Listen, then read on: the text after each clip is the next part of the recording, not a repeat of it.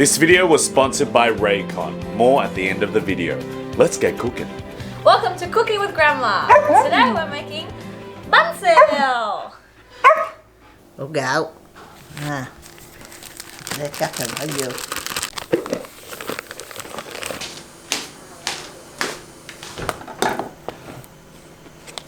Muối. Cà phê đường. Một lon nước cốt dừa vô.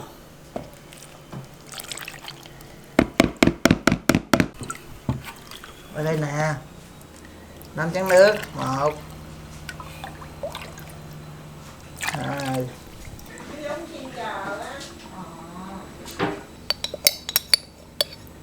vô đây. Vô đây.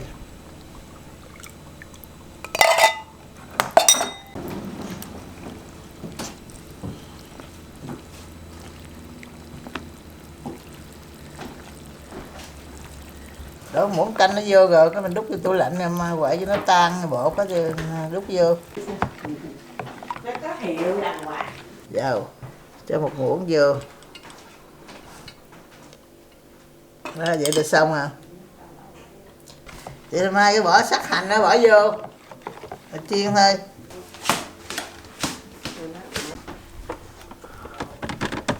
Đó, tủ lạnh đó. Sáng là chiên nó ngon. Nhà mình bỏ vô bột.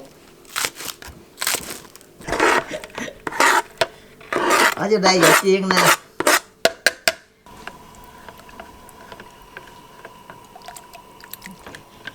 Xong rồi chiên.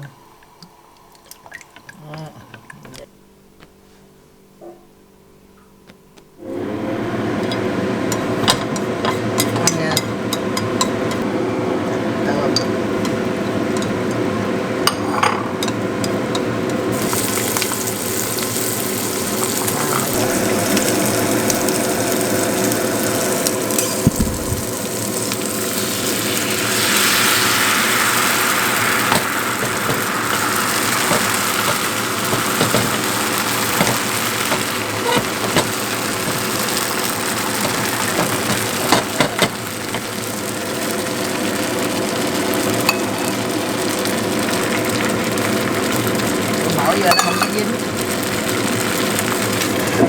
Đây, đây. Cho nó giòn. Cho nó vàng ha, nó giúp da. Nóng cái bỏ thịt vô. Nóng.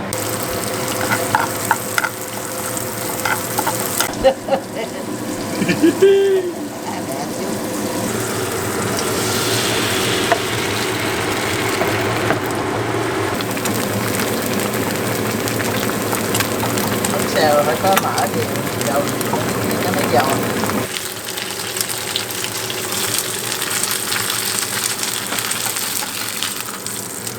Nha.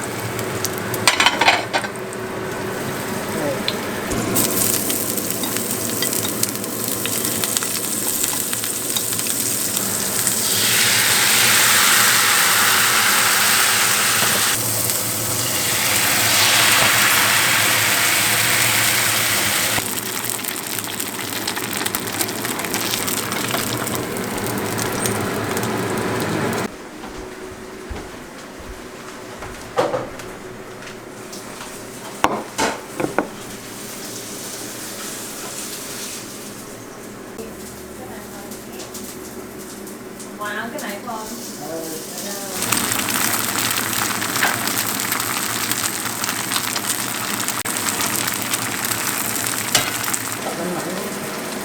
Rồi.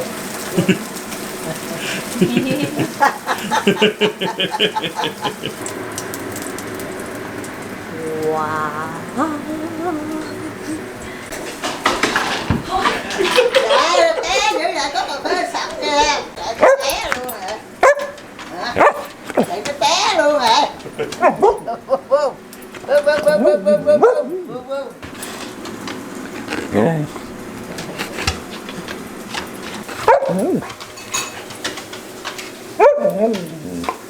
Hello. Hello everyone.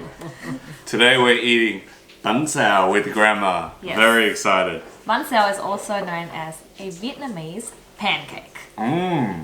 Anyway, I need to start eating because We're starving. I am very excited for this. Smells beautiful, looks beautiful too. Yeah. And usually you can just eat it like this with some fish sauce, Thôi phải không? or you can put it in lettuce wrap. My grandma's got a lot of vegetables. Mấy cái rau cải này kêu bằng gì ngoại? Mà cải xanh. Cải xanh thôi hả? Cải xanh. Này rau thơm nè. Rau thơm, có quay con thơm chưa? Rau thơm. I like eating it with lettuce. It cuts the fat and all the oils from the bánh xèo. In Vietnam, we had it with a rice paper wrap, which is also very interesting too. But this way, I like it. Yummy nha. Yummy. Thiệt là yummy. Hồi mà con đi Việt Nam con ăn loại mà có cái cuốn á. Bánh tráng hả? Bánh tráng nha, có bánh tráng ở ngoài á. Mình chỉ có đó theo miền Trung.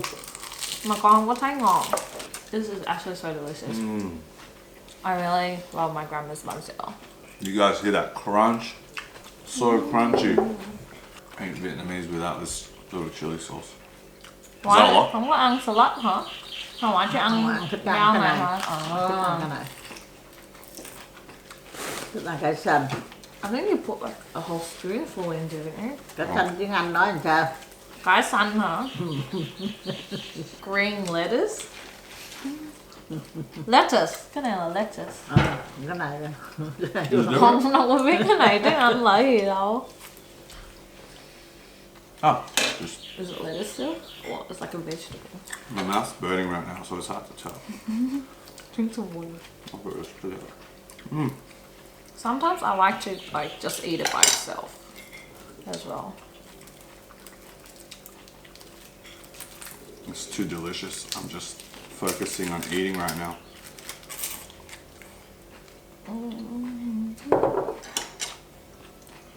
I don't like this. It gets your hands messy. You have to like really just dig into it. It's really fun to eat as well. Nước mắm ngoại làm của ngoại luôn mà, phải không? Yeah. So she makes this herself as well. Nice fatty pork pieces, juicy prawns. Cái này Tomato. ngoại học ở Việt Nam hay ở đây? ở Việt Nam. Bạn của ngoại dạy ngoại hay sao? Ở Việt Nam là có bán bánh xèo. Bà có hả? Really? Oh my god. What? Oh, my great grandma used to sell bánh xèo. Như ngoại học, bà có dạy ngoại hả? Ngoại chưa Wow. Ngoại cũng bán luôn hả? Nó bán cho bà cô. Oh. That's why it's so good. Because we had bánh xèo in Vietnam, one of the highest rated restaurants. Doesn't compare. This is better. Not being biased. Exactly. I'm actually... Not being biased, but there's more love in this food. Whereas the other one is Rau just thơm nè, ngon a không? business transaction. Rau thơm. I just wanted to join in. I just want to be part of the family. Wow, I actually did not know that. Yeah, four's a lot though. I got greedy. But I couldn't say no. I should have asked for 5. She was gonna give you 5. Ngoại có biết nhiều tiếng Anh không? Ngoại hiểu, ngoại biết nói tiếng Anh, có biết nói gì không? Biết nói được cái này không đúng. Biết Yeah. nói cái này được không đúng. Nói sao? Được ăn hết. Bây giờ để chờ ngoại ăn rồi xong con mới hỏi. Nếu ngoại ăn con hỏi ngoại. Biết nói này nó thấy tiền lộn mình nói gon. Du gon. You wrong. You wrong. When people give you the wrong change. Ah. You take this one. You take this one. No, that one. Wow, ngoại cũng biết mà. She knows better English than I know Vietnamese. Excuse me, where a toilet? Well, to be honest, bánh xèo is probably my least favorite Vietnamese dish. But after going to Vietnam and eating it, I actually appreciate my grandma's bánh xèo so much more. Yeah. Yeah. That's true. That's why I like it a lot more now. Because when I went to eat in Vietnam, I was like, I'm sorry. And Grandma just took a sip out of the sauce like it was a soup. Ngoại uống nước mắm như súp. Quay xong chưa? Quế nó khóc rồi. Ủa mẹ đâu rồi? Vietnamese background music. Anh sao? Mẹ căng quá thì chạy qua lẹ hơn đi. Vietnamese ghost, yeah, I can. I Đừng swear, I think quần it's áo on. thường thì chạy qua thôi. Đi ra trước thì có sao, cứ vào phòng họ. She went around. The third episode got over 200,000 views in a week, which is incredible. Such a Ngoại big biết response. cái phiên ngoại nấu phở có 200.000 người coi á. Ngoại nghĩ sao? Mấy người Tây coi nhiều học nấu phở. Bạn nổi tiếng. Is that how you say it? Yeah. Ngoại có hiểu cho khi nào nó nói tiếng Việt ngoại hiểu nó không? Nó 10 điểm. Nổi tiếng không phải Nổi nổi tiếng tiếng. sao? I'm saying your Not grammar's that famous now. Nổi tiếng. What did Nổi you say? tiếng. What did you say? Nổi tiếng. Nổi tiếng gì? But Ngoại does your nổi grammar know tiếng. that? Yeah. Giỡn chết nổi tiếng. What does that mean? She said she's so crap, but why is she famous? That's legit how she She's not. She's amazing. Yeah. Ngoại không có dở đâu, đồ ăn của ngoại còn ngon hơn ở nhà hàng nữa. Mà có đâu. Có nào cái nào năm mấy món thôi không ngon được.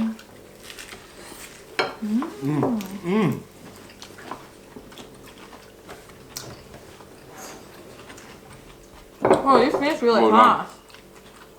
Delicious. Ngon. I'm gonna try your grandma's way of drinking. Ủa sao ngoại uống nước mắm không có mặn sao? Oh. God damn. No. Enjoy grandma's style. It's the right way to do it. If grandma does it, it means it's the right way. Stupid. One of the things I hate most is having super greasy fingers. Oh, my head, my face. How's that? Yeah? Thank you. Ngoại nghĩ John thế nào? Thế nào là sao? Thế nào là sao? Ngoại thích John không? Thấy như nó mập không? Thì mà vừa tốt rồi. Tốt rồi. John? John? Say you're Rồi, strong. xịt trong Oh, thank you. Cho rồi. Oh, this lettuce has like a strange aftertaste. A lot more herbally. Ooh, Nấu canh đó, nấu canh đó, là nấu canh đó. Cái này hả? Nấu canh đó. Let me try one. Rồi Yeah, xong try rồi, it. xong xuôi phải it's không? nice together. Xong Ngoại xuôi xong phải rồi không? hả? Oh no. Còn quay nữa thôi.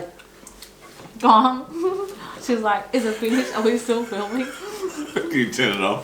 She's like, I'm done with the film. And grandma's a superstar, that's why.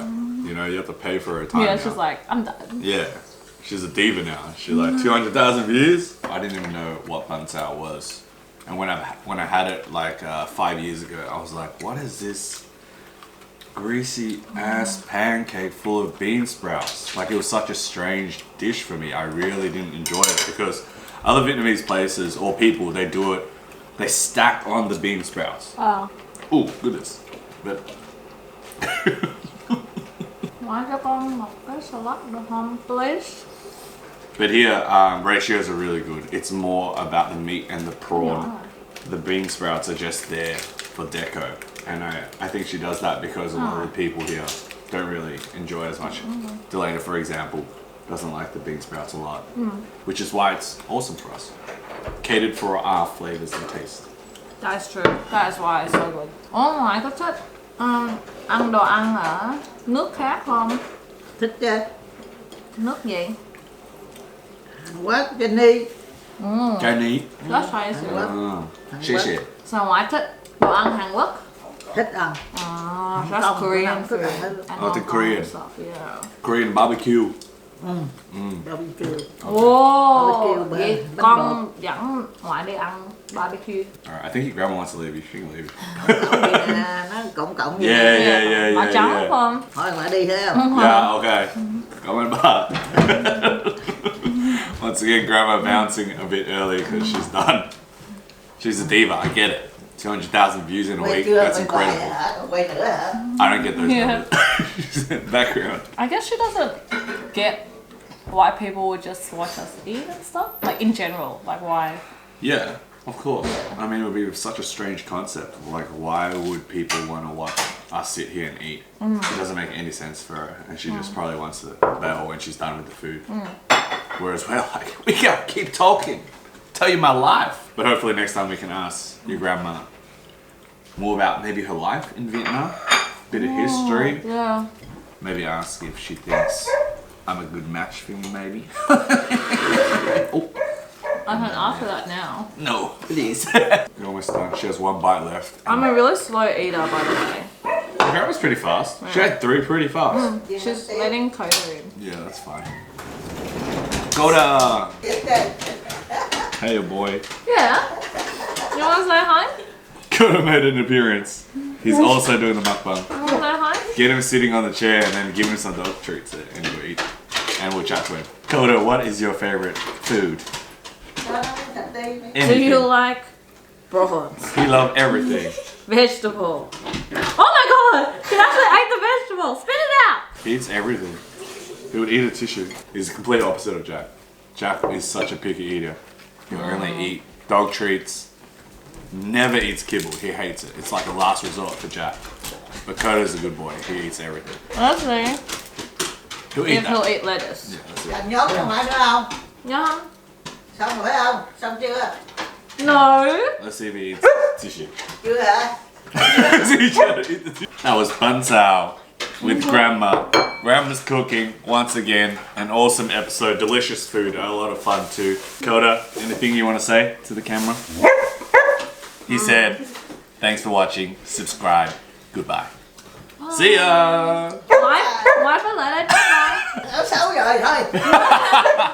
She's like, she took off She her. took off her nice shirt. Why vô nói bye bye thôi. Bye bye. Bye See you bye. later. Yeah. Thanks for watching. This video was sponsored by Raycon earbuds. Are you tired of using ordinary earbuds that just ruin your day? Boy, I hope you're studying. Hey!